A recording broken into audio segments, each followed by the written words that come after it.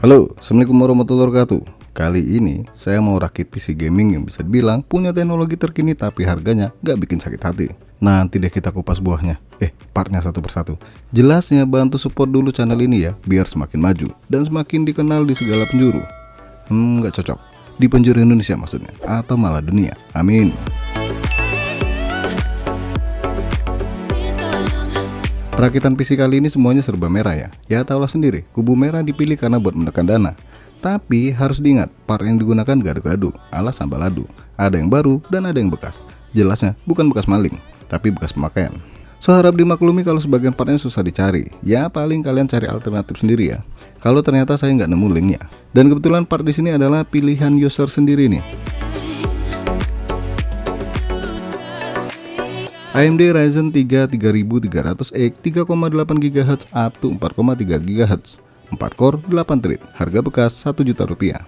Kenapa pilih ini? Karena cuma ini doang prosesor AMD Ryzen 3 series yang support 4.0 baik di GPU maupun SSD M2 NVMe dan support RAM 3200 mAh tanpa ose-osean. ASRock B550M HDV, harga bekas di angka Rp980.000. Udah support RAM 3200 mAh maksimal 64 GB. SSD M2 NVMe 4.0 dan juga PCIe 4.0. Tim Delta 16GB, RGB 3200 mAh, harga Rp720.000. Barunya udah murah, ngapain juga beli bekas? Benar apa betul? Udah RGB lagi, pastinya bikin PC jadi kelihatan wow. Wow. Tim MP33 512GB NVMe 3.0. Biar kata udah support 4.0, yang punya beli yang 3.0, biar ngirit katanya. Harga SSD M2 NVMe ini hanya Rp440.000, baru dan garansi 5 tahun. Asus RX 560 XT 8GB DDR5 Rp1.050.000. Untuk rank harga segini, ayo kira-kira GPU mana yang paling layak beli? GTX 750 bos. Halah ketuaan, GT 1030. Lemah, ya udah, cuma ini doang VGA yang paling layak dibeli untuk rank harga segini ya. First Player Gaming PSU DK50 80 plus bronze fully modular, baru Rp680.000. Saya nggak nemu harga bekas power supply satu ini ya, tapi yang punya PC katanya dapat bekas power supply ini. Ya udah, saya kasih gambaran harga barunya aja ya. Yang mana harga barunya cuma Rp680.000 dengan garansi resmi 3 tahun. Venom RX Diamond XS White Rp450.000. Salah satu casing yang punya tampilan unik dan cantik, tapi sayang banget nih, gak kasih bonus kipas dalam paket penjualan. Dan terakhir nih, tambahan 5 kipas Ice Blue dan 1 harddisk 500GB.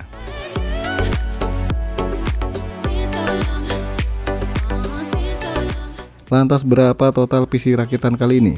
Kalau saya ngitung gak pakai tambahan kipas sama harddisk, totalnya adalah 5,3 juta lebih Rp20.000. Kalau ditambah kipas dengan total 5 biji, 5 kipas, ya gambarannya satu kipas itu kisaran Rp30.000 ya. Dikali 5 berarti Rp150.000. Dan harddisk 500GB bekas itu di kisaran Rp80.000. Jadi total PC ini adalah Rp5,5 juta lebih Rp50.000. Oke deh, langsung aja kita rakit PC ini. Let it go. Let's go.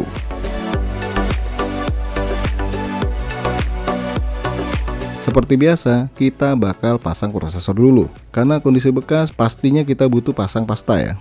Kita copot 4 baut pengunci cooler di motherboard ini. Dan tinggal buka besi pengait soket prosesor. Jangan lupa cocokkan segitiga di prosesor dengan soket prosesor. Pegang seperti ini dan masukkan ke soket secara hati-hati. Lanjut pasang pasta prosesor dengan membentuk huruf X dan diratakan. Pakai bulldozer bos. Tanggung amat, ya pakai bom. Ya enggak lah, pakai perata pasta yang bentuknya mirip sendok. Pakai bulldozer, lawak lu. Lanjut pasang cooler dari AMD ini.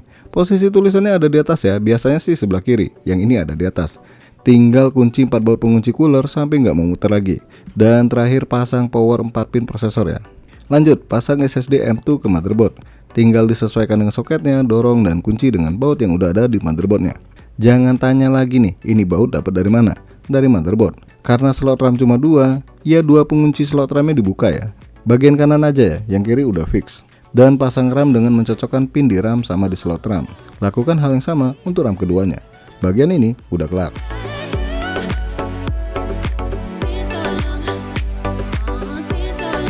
Sebelum pasang power supply ke casing, kita pasang dulu kabel-kabel yang mau kita pakai di power supply ini.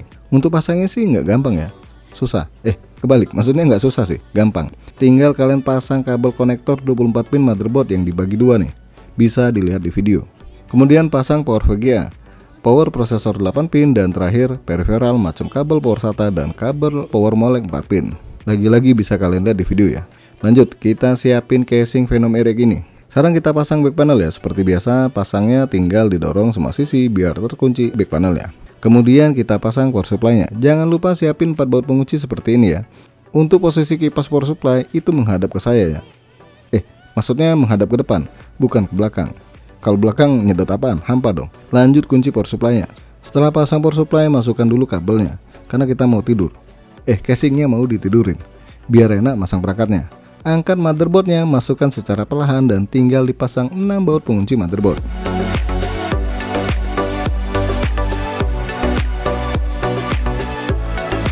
Kita keluarin lagi nih kabel-kabel power supply biar dirapikan. Pertama kita pasang kabel konektor 24 pin. Kita keluarin dulu kabelnya dari kabel manajemen yang bagian samping ya. Ini bukan kabel nih, ini jari. Bercanda terus nih. Nah, pengunci konektor 24 pin itu ada di sebelah kanan. Setelah dipasang, terus tekan ujung kanan, kiri, dan tengah konektor biar rapet. Sekarang kita pasang kabel konektor 8 pin prosesor. Karena mubunya pakai konektor 4 pin, kita pasang 4 pin sebelah kanan ya. Posisi pengunci ada di atas. Oke, kita pasang kabel SATA model patah kayak gini ya. Kebetulan pas banget nih, colokan kabel SATA ada di samping. Jadi bisa kelihatan lebih rapi. Lanjut pasang konektor USB 3.0 bagian depan. Colokannya itu ada di sebelah kanan ya. Kalau udah yakin tinggal dipasang aja. Oke, lanjut keluarin kabel konektor USB 2.0 dan HD audio. Rada susah sih, harusnya sebelum pasang power supply ini udah dikeluarin. Untuk konektor HD audio tinggal colokin aja yang nggak ada pinnya, terus pasang. Begitupun juga dengan USB 2.0, dicocokkan lanjut dipasang. Dan terakhir pemasangan power on off, bisa dilihat ya di video yang di zoom. Urutannya ya seperti biasa ya, 2 pin bawah itu adalah HDD LED, tulisan ada di bawah. Di sebelah HDD LED itu reset, tulisan juga di bawah. Di atas reset itu power dengan tulisan ada di atas. Nah, di sebelah power itu power LED plus dan minus. So simple, easy brother. Widih, keren gak bahasa Inggris saya?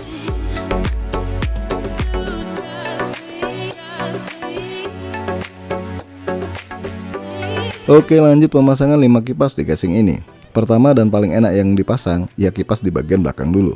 Masukin kabel kipas di lubang manajemen bagian atas. Untuk pasang kipasnya pakai baut cacing model gini ya. Ada 4 baut, di sini contoh doang nih. Dilanjutkan pemasangan 2 kipas bagian atas. Posisi kipas atas ataupun belakang itu mengeluarkan udara panas dari dalam casing. Sebutan kerennya S-house ya. Maksudnya X-house. Ya gitulah pokoknya. Kalau udah ya dirapikan semua kabel kipas yang udah dipasang ini. Kita rapikan juga nih sekalian kabel front panel casing di bagian bawah. Sama kabel-kabel power supply dan kabel-kabel yang ada di atasnya. Oke, lanjut kita keluarin kabel power VGA 8 pin. Dan jangan lupa buka penutup slot ekspansi yang modelnya macam pintu rumah. Sebelum pasang VGA, pengunci slot VGA ini dibuka dulu ya. Tinggal ditekan aja. Lanjut pasang VGA nya secara hati-hati. Dan ternyata kabel USB 3.0 nya itu mengganggu pekerjaan saya nih. Abang capek deh diginiin terus. Yaudah, kita copot aja dulu daripada dipaksa. Setelah dilepas baru deh enak masang VGA. Jangan lupa kunci dengan 2 baut pengunci seperti ini.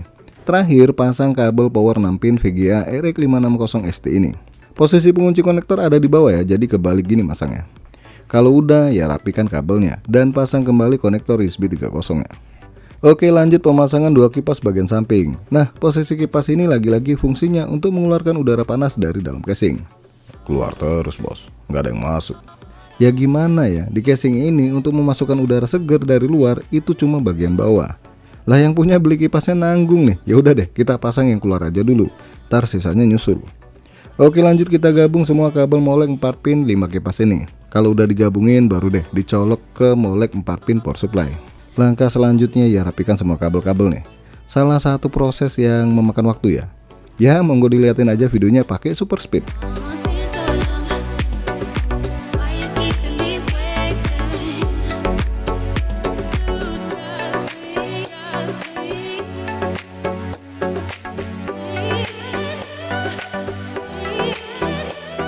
Dan langkah terakhir adalah pemasangan harddisk di rak yang modelnya menggantung.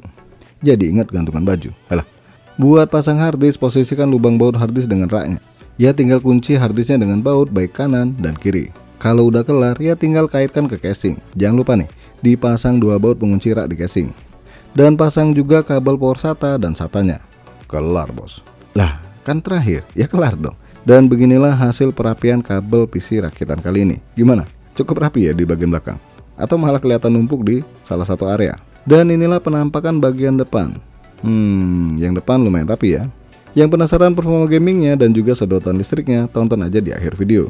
Oke guys, tuntas sudah merakit PC gado-gado dengan harga 5,5 juta ini. Sekali lagi jangan lupa support channel ini dengan cara subscribe, like, dan share.